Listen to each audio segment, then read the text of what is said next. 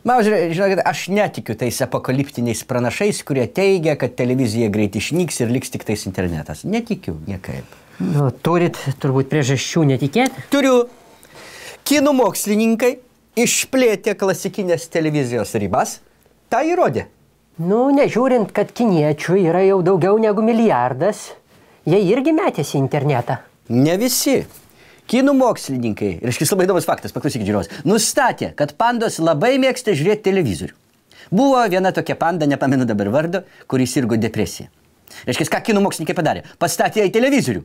Ir panda, kuri prieš tai nei valgė, nei gėrė, nei dainavo, nei mylėjosi, su didžiausiu susidomėjimu ėmė žiūrėti televizinės programas.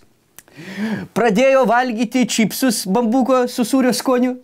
Atsisėdo ant sofkutės, patenkinta, žiūri tą televizorių ir valgyti ir viską pradėjo ir netgi lytiškai aktyvi tapo.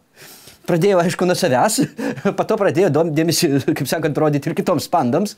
Tai ką jūs šitom norit pasakyti? Aš noriu pasakyti, kad pradėjusi žiūrėti televizorių panda pradėjo gyventi civilizuotą gyvenimą. Ir aš jau girdėjau, kad kinų prodiuseriai pradėjo ruošti specialias programas pandoms. Pandų chorų karai. Panda ant ledo, prajuokik panda, valanda su panda ir taip toliau. Žodžiu, televizija nenyksta, o plečiasi. Bet daug žmonių sako, nežiūri televizoriaus. Meluoja, meluoja. Net jeigu panda neapsieina be čipsų, sofkutės ir televizoriaus, tai ką jau bekalbėti apie tos jūsų vadinamosius žmonės?